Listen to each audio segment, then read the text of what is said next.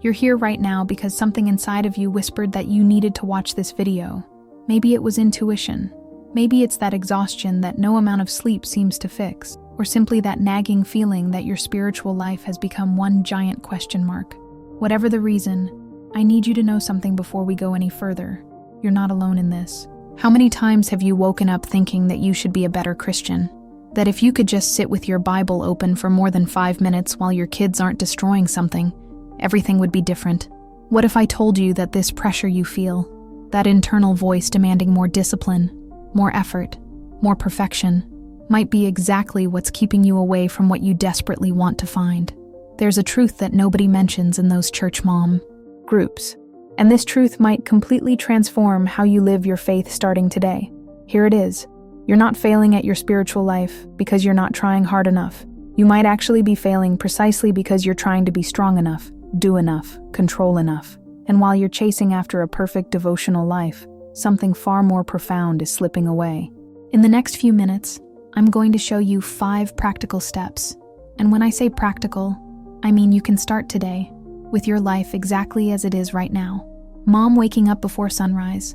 Mom with yesterday's dishes still in the sink. Mom barely catching her breath between one task and the next.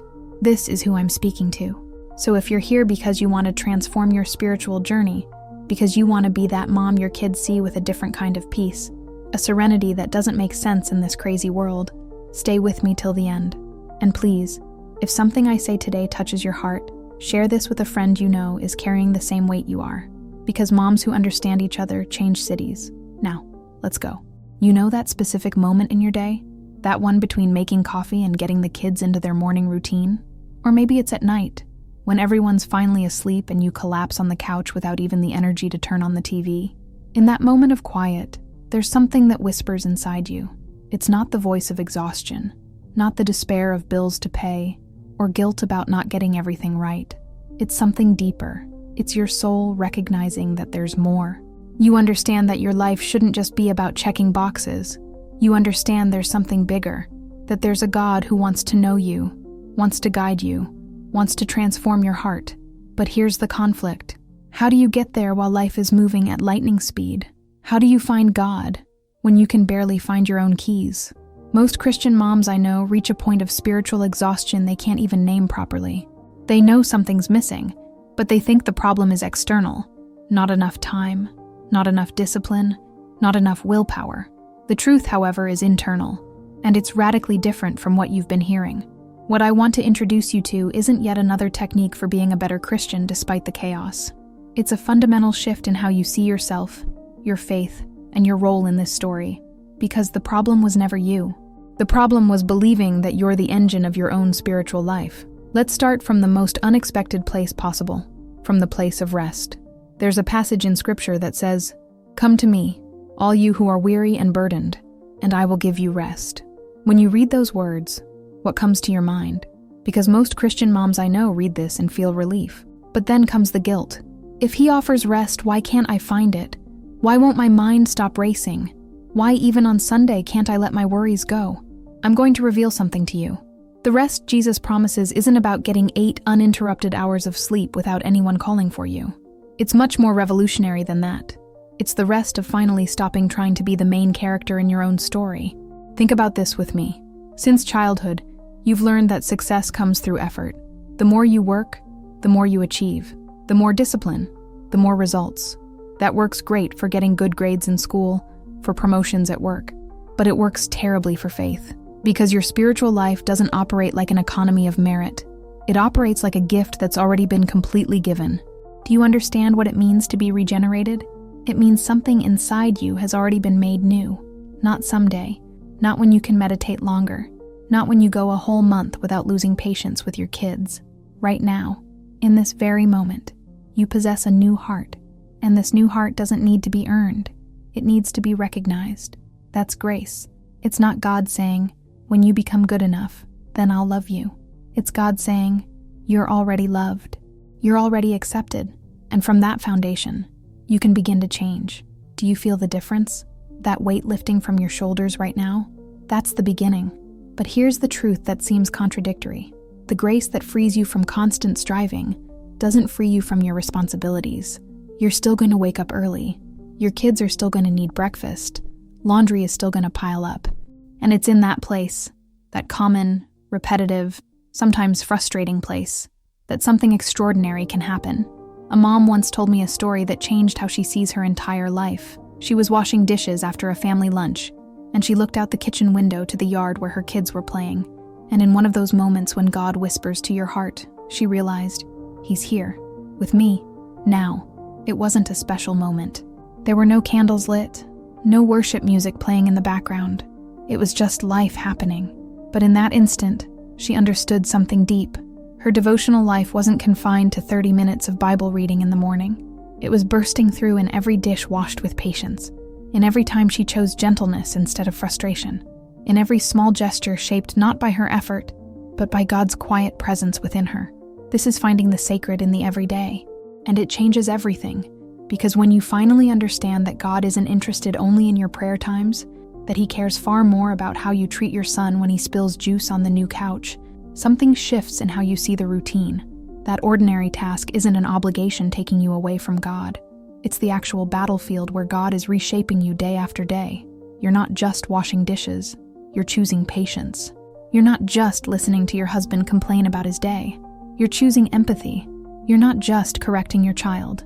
You're reflecting love and truth at the same time. When you see life this way, that feeling that you're failing at faith because you don't meditate enough, it disappears. Because you finally realize your entire life is your meditation, and you're already living it. Now that you understand the sacred lives in the ordinary, comes the inevitable next question.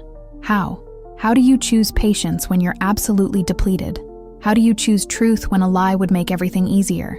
How do you choose love when you're hurting? The answer is, you can't. At least not consistently, not with your own strength. And that's exactly the revelation that sets you free. There's something in the Christian life that people often call walking in the Spirit. It means recognizing that you're not here with only your own resources. There's a real presence, far more powerful than your impulses and emotions, available to you in every moment you acknowledge that you need Him. Think about that moment when you take a deep breath before answering that question your child asked for the 10th time that day, or when you feel a sudden urge to embrace your husband even though you just had a fight, or when you feel unexpected compassion for someone who hurt you. Those moments aren't you exercising better self-control. They're moments when the Spirit is working through you. But how do you invite this presence? How do you create space for this to happen? It starts with something very simple: acknowledgement. You wake up and think, I can't do this alone. That stack of dishes in the sink? You can't wash them all and keep your inner peace through your own strength. That child who's testing every boundary? You can't respond with wisdom just from what you know. That difficult client at work? You can't keep your composure with breathing techniques alone. And when you acknowledge this, not as failure, but as truth, something opens. It's like you stop trying to row alone against the current and recognize there's a river that can carry you.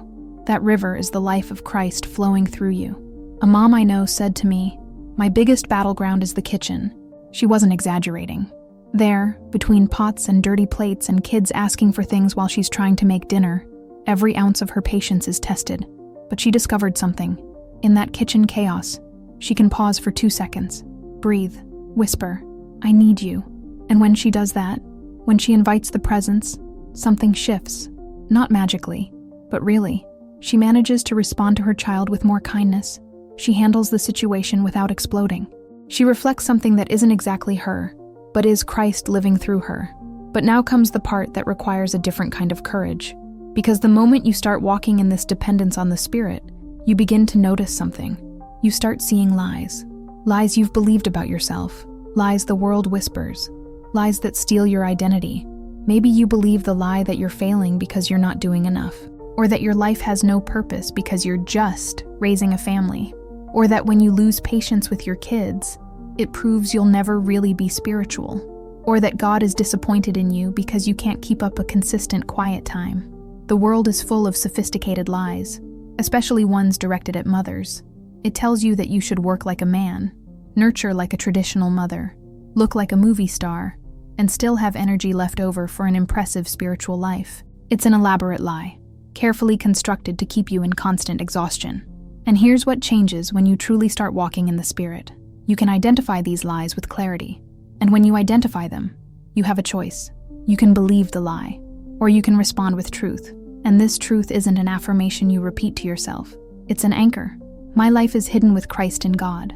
Therefore, my identity doesn't depend on what I do, but on who He is. When your daughter's having a meltdown in the middle of the grocery store and you feel shame burning your face while strangers walk by judging you with their eyes, there's a lie whispering, "Everyone thinks you're a terrible mother." You feel it. It hurts. But you can respond with truth. I am God's daughter. My worth isn't determined by the judgment of strangers. I'm here doing my best, and that's enough. When you can't sit down to pray, and that heavy guilt tells you that you're not taking your faith seriously, you can respond, "No, that's a lie. My connection with God isn't based on how many minutes I spend praying. It's based on a covenant already established. I'm secure."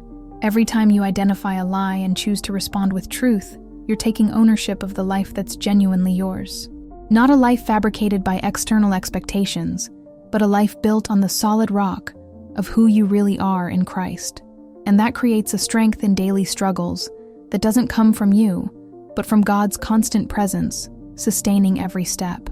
So we arrive at the final step, and this is where everything connects, because it's not about trying to be better anymore, trying to do better, trying to believe better. It's about finally living as one who's already been completely transformed. Something most moms don't realize is that they already possess everything they need to live a profound devotional life. You don't need more time. You don't need a perfectly silent space. You don't need a miraculous plan, because that devotional life is already happening. It's in every breath, in every choice, in every moment you recognize that you're not alone. When you truly capture this truth, that your life is one Christ has already redeemed, that your identity has already been restored, that the Spirit is already working in you, there's a shift in your posture. You're not begging God to transform you anymore. You're responding to the transformation He's already done. And when you live this way, something extraordinary happens. Your daughters start noticing something different about you. Your sons feel a serenity that makes no sense in this world. Your husband perceives that you're truly here, genuinely present, even as you're doing the same tasks you always do. Your coworkers begin noticing your patience with difficult clients. Your neighbors see the way you treat people. And it's not because you're pretending to be someone you're not. It's because you're finally being who you actually are. A woman I know started doing something very simple. While she tidied her home, she prayed over each room. It wasn't an elaborate prayer. It was just as she folded blankets, cleaned windows, wiped down furniture. She whispered, "Lord, let this home be a place where you're known. Let my heart reflect your peace here." That simple practice transformed how she saw her house.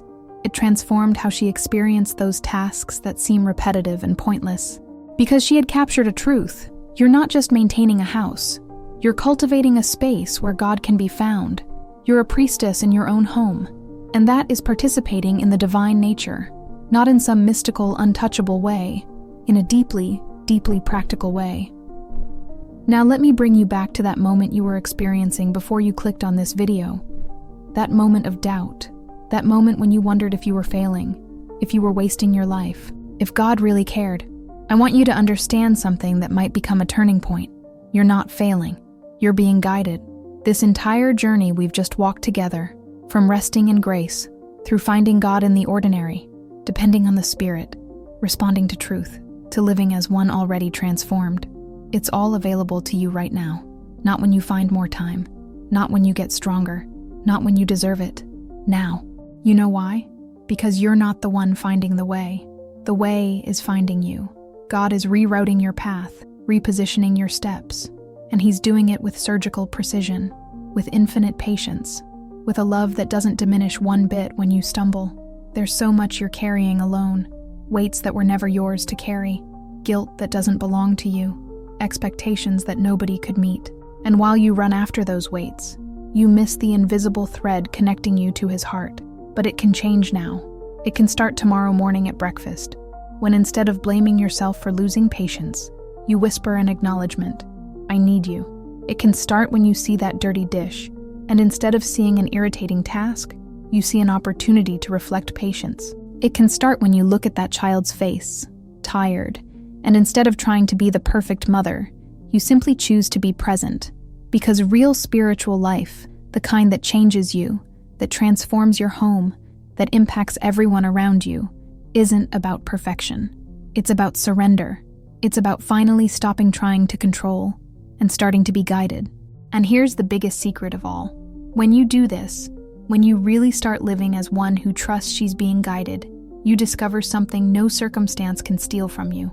You discover a peace that doesn't depend on your circumstances being perfect, a strength that doesn't come from you, an identity that can't be shaken by criticism or your own stumbles. That tired mom you are, she's not lost. She's being transformed day by day, in a process so human and so holy that it will be the most important thing you ever live. So I want to ask you something really honestly.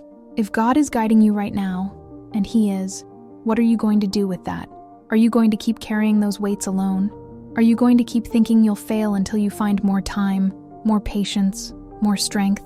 Or are you finally going to recognize that the way is meeting you in this very moment? The choice is yours. But I want to invite you to something. If this video touched something inside you, don't let that seed fall on rocky ground alone. Subscribe to this channel and turn on notifications because here, week after week, we're exploring together how to live a profound Christian life right in the middle of a real mom's real life. You deserve to know these truths a long time ago. And if you feel like someone you love, maybe that friend who's running on empty, that mom you know is blaming herself, needs to hear these words, share this video with her. Because moms who understand these truths don't just change their own families, they change entire communities. Now, I'd love to hear from you. In the comments below, tell me, which of these 5 steps touched you most deeply? Which truth did you need to hear? Because sometimes saying it out loud is the first step to really believing it. Your life is hidden with Christ in God. Therefore, you've already been completely transformed. Now it's just a matter of starting to live like someone who knows that. Thank you for being here with me. May God walk with you in every step of this week. I'll see you in the next video.